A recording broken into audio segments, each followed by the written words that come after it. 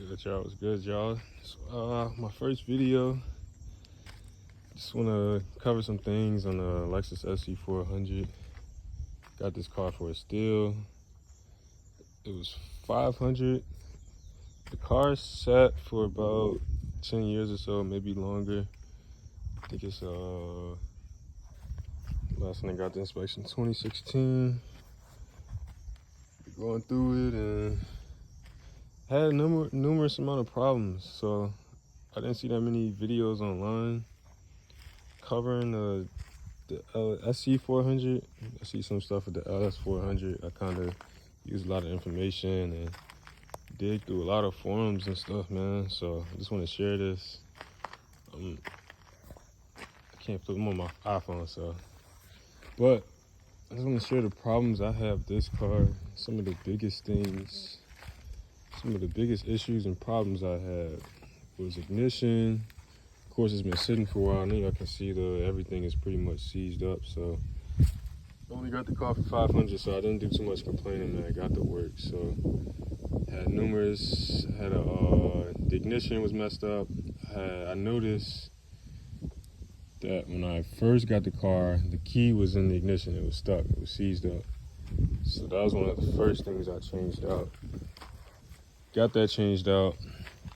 The battery needed to be checked out. The terminals, pretty much lubed everything down, greased everything down that was seized up. So I'm gonna just try to share the problems I had to help you guys out. It took about 4 months of digging and researching and stuff like that, man. So the things that I changed out were basically the entire ignition needed to be went through and changed out. Changed out the ignition switch. Luckily, I didn't have any big wiring problems, but I did change out a few wires. The biggest thing with these cars would be the grounds. So I'll get you guys squared away with that, show you where all the grounds are. It took me about a month just to search online and figure out where all the grounds are at. They're around the vehicle, some inside, some outside. What else? Fuses. Fuses were a big thing. Fuses will show you where your problems are at. So once you get I'm not sure the condition of your Sc400, but if it's completely seized, this one was water damage. So I got the ignition switch changed out, battery changed out. Be careful, make sure you got all the water out, clean all your wires off, dirt, debris, I vacuumed it out. Clean the car out. What else? Took the radio out because you don't want no fire to start there. That's a big thing I see a lot of people had a problem with, was the radio wiring. I did have radio wiring from the previous owner that I took out, and I fixed the wires. Another thing too was the Sc400s, the airbags and everything is connected in with the ignition. I don't know why they did that, but I had a problem with my ignition sensor, the 12-volt ignition sensor that's underneath the radio.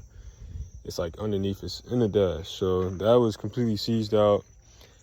I believe that was making my 7.5 ignition fuse pop. And yeah, as soon as I took that sensor out, it stopped popping. And I was just going down the list and still checking everything out. That's a big thing you want to do with these cars. So there's a video online with the igniters. Check that out by Scanner Danner. I watched a lot of his videos. They're very good. That helped me out a lot because when I got the 7.5 amp ignition fuse fix, I thought, oh, I can get in there, boom, boom, crank it up, start it up. Wrong.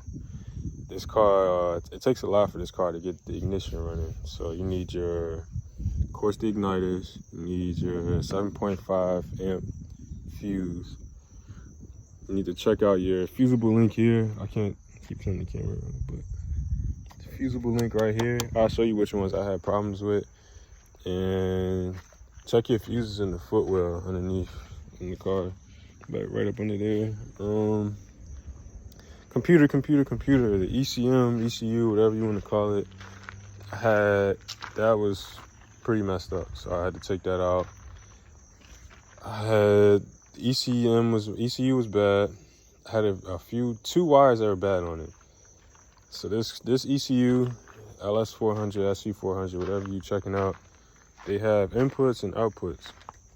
So I think you got two main inputs that you want to check that I overlooked, and it took me like an extra 2 months. But if you watch this video, you'll be able to get your car up in maybe about a month if you just pay attention and you got everything to test everything out. So you want to get you like an electrical continuity tester that's big.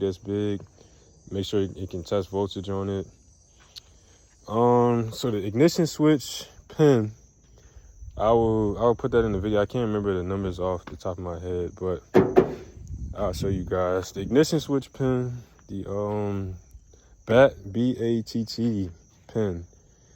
Those are the two main input ones that you want to make sure you're getting power from. So BAT, you should have power. As soon as you connect your battery, got you a good charged up 12-volt battery. That's important too. You should get 12 volts to that wire all the time, and that is necessary for this car to start. And for your whole entire computer to work, you need that to be connected. Having 12 volts plus whatever your battery's shooting out, it should be coming out that wire. Also, the ignition switch wire, number 1. I remember that one. I can't remember what. I think BAT is number 33. You gotta check that out. Make sure that's connected. And B plus and B. So those ones come after. B plus and B. If you're having problems with it, don't even worry about those ones. You gotta make sure you got BAT, the ignition switch, and MREL. MREL's, I'm gonna teach you guys about MREL after I go over the ground wires. I thought I had issues with my grounds. I did. They're all corroded. I went over and checked all of them except for the one on the pillar. For the one on the pillar, on the back of the cylinder head, I ran an extra ground wire.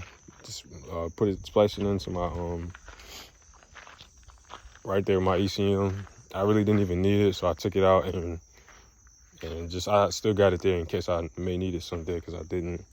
It's hard to get that ground on the back of the cylinder head. It's really hard, but what else? Yup. So, oh yeah, MREL. So once you get to having power at the ignition switch, number 1, BAT, pin number 33, you get power to those, and you got good ground to E and E11, and it may be one more, might not, but I'll drop the diagram in the description.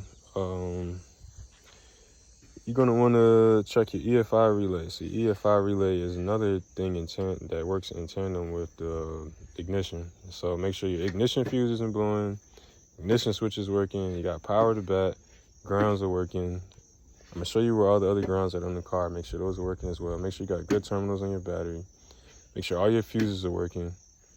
And EFI relay, let's get to that. So EFI relay, you would want to check is this guy right here. So I had problems with this one for a while, but the main problem was, if you have battery power on this side right here, you should have power. The bottom is the ground. This should be, once you get the car, and once you get key on, put the key on, don't start the car up, you should have power right here. You should have about the same as this coming from the battery. So this is the MREL pin right here. The pin I was working with for about 2 months. Come to find out, guys, I had a bad pin connection to the computer in the terminal. I mean, the computer in the wiring harness. It was a bad connection. And my EFI relay was bad too. Once I got the connection fixed, you're gonna want to get your computer checked out. Check the wire out, do a continuity test from the ECM, from MREL 24, pin 24 to right here. All I did was I ran a wire just to get some, it's a pretty long test. It's a pretty long distance, so your probe might not cover it, continuity probe might not. So I put a wire in right there. It was a wire that stretched to about right there.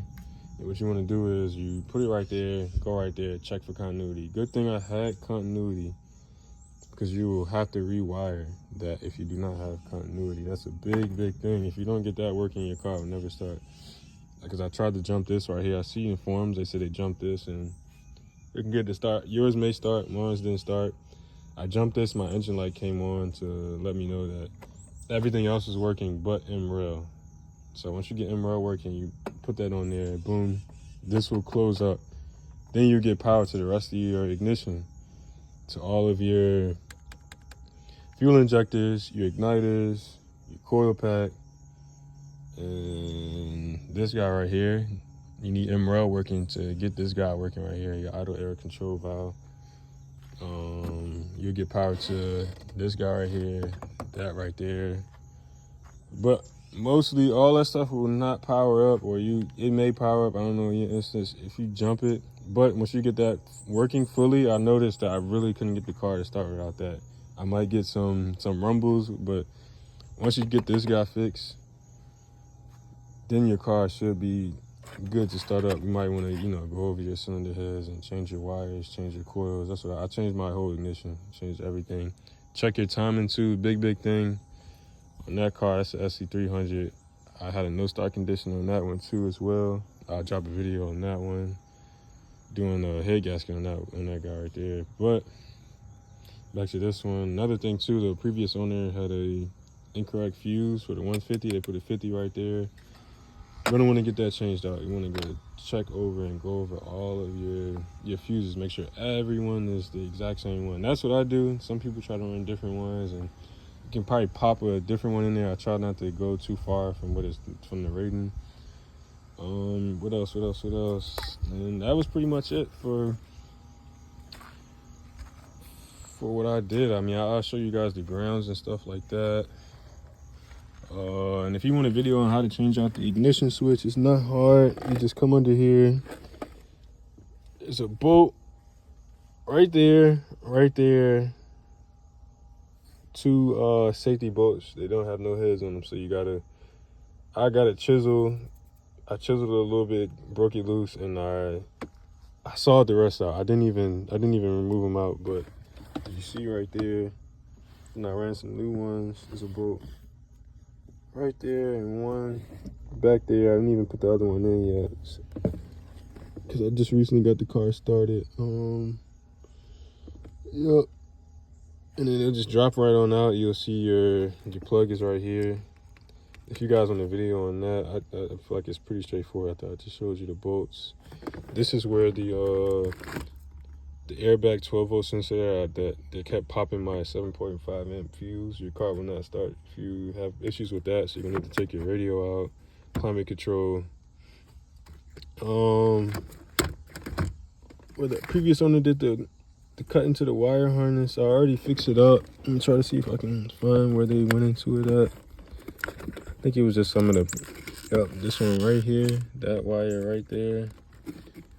I don't know what that wire does. I didn't really look into it. I just spliced it back together, and there was another one too. Let me find that one for you guys. But you should be able to see it on your car, wherever they did alterations and stuff like that. So you see that bad boy right there? That's one of your pillar grounds right there. That one right there. That one was corroded. I had to take it out and swap it. There's another ground right there. I don't know why it's not focusing, but right there, I guess you guys can see it.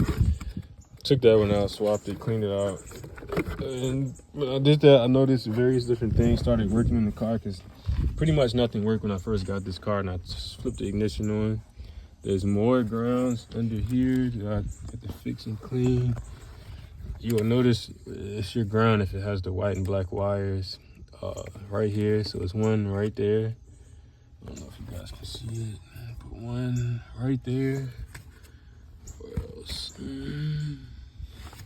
One right here that needs to be cleaned, and the other grounds are at. There's a ground right here. That's a ground for some of these wires right here. And this is a ground that a lot of people had issues with. I didn't have issues with it. I took it off and cleaned it though. That's the ground right there that goes to the back of the cylinder head. I still had little issues with mine. I just couldn't see the other side where it's connecting to the cylinder head. It's a little bit hard to get to. And this is where I put my extra ground right here in case I need it, in case one on the computer goes bad. That goes to the back of that that one, so I basically just redid that one, put it right here and put it straight through there. And that's your other ground right there. And you can drop it in the comments if I'm missing any. Those are all the grounds that I need to check. I'm thinking maybe one more. One more near the computer, right underneath the glove box. And when you're doing this too, if you have wiring issues, you're gonna want to take this apart, take this out. I didn't need to take my dash out. My wiring wasn't that bad. Take this out. Take that guy out right there so you can see all your wiring. And I just got this cover to protect the dash. It's been sitting for a little while, so I think another one is right here. And it runs that way, somewhere in there, where it grounds out. It might be up in there, but I believe it's that way. I didn't have an issue with that one, so. And I'll show you guys where I still didn't get the pins. This is my bat pin. It was pretty corroded. Didn't get a good connection. I would touch the wires right here. I would just be messing with them, and I would somehow get a connection to the M-rail would just light up. This is my M-rail wire. I just push it in there. I cut it right off. I pulled the pin out, cut it off, and it's not optimal, but it's good enough for just to sit here and push it in and start it. So those are the biggest issues I had. Were the bat wire is in the back. If you go into the diagram, you'll see where it was at. Number 24 wire. Didn't have any problems in my ignition wire. That was perfectly fine. And another thing I did too, I pulled my harness out. So I took this out, took that out, and I pulled it through up there. And I went through that. I got some pictures if you want me to send you some, but I pulled it through. Let me see here.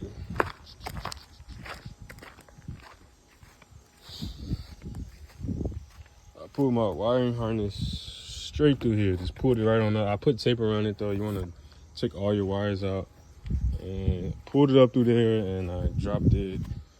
It was pretty long. It's come all the way about right here, and I went over it.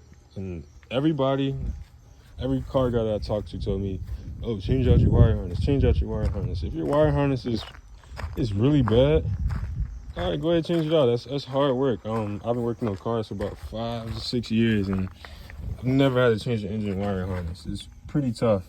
It's a lot of wires. I don't think that's even smart unless the car has been in an accident and the wire harness has been destroyed in location. I don't think you need to change it out. There shouldn't be any need for that.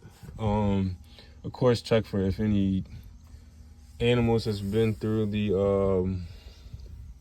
wire harness and chewed through anything, but I feel like you can just eyeball that and see it. And so when you go to take your wire harness out, I can't remember exactly which ones. I took out all those ones back there. I'm not sure if that one stayed in, that one stayed in. I think I may have taken another few of them out. But you take them all out, run some tape around it. Mine didn't have that factory tape around it, but you still going to tape them all together because you pull it through that tight hole. You don't want to break any of them. So you tape it all the way to they all come together like this. Tape it together, and then you just pull it through. Easy peasy. Shouldn't be too hard.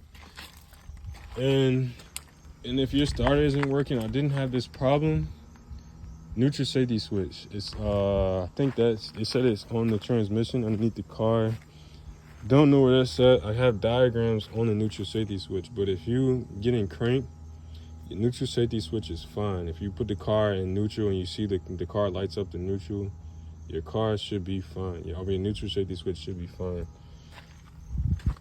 Yep. And if you need any other help, I've been working on these cars for like a few years now. You can just drop a comment below and put the key at. Try to start it up for you guys.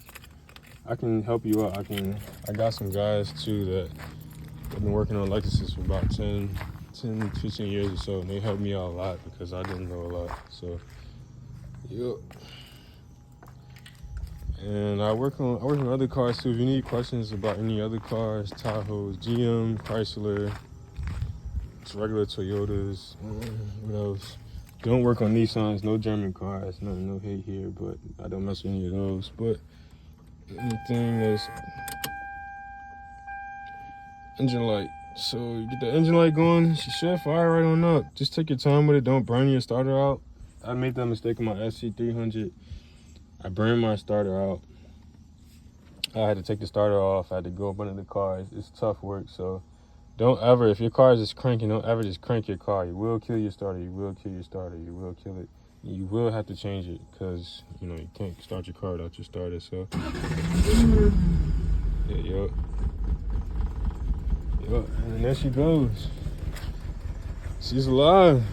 Been sitting for maybe 10 plus years. I don't know how long it's been sitting, but yeah, she's alive. Wasn't getting no start from it. It's just been cranking, so check it out. If you guys want me to drop more content on other cars, I do restorations, I work on cars. If you guys want any more tips on anything else, you're gonna hit me.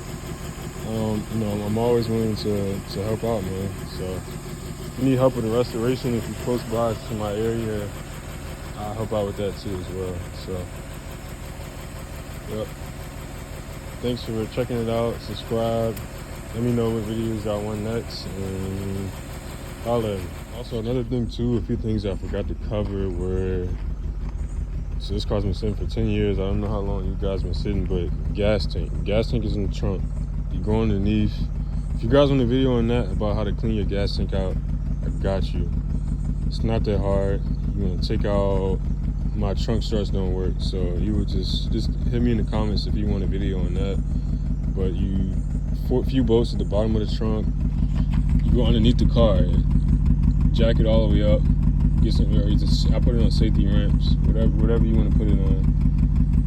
There's a bolt right there where I think the return fuel line and the feeding fuel line goes, and I had to change out my fuel pump. I had to change some of the wiring on the fuel pump because that was pretty messed up. And yeah, so I think that was about it. If I forgot anything, I'll drop it in the description of the video. All right, you guys.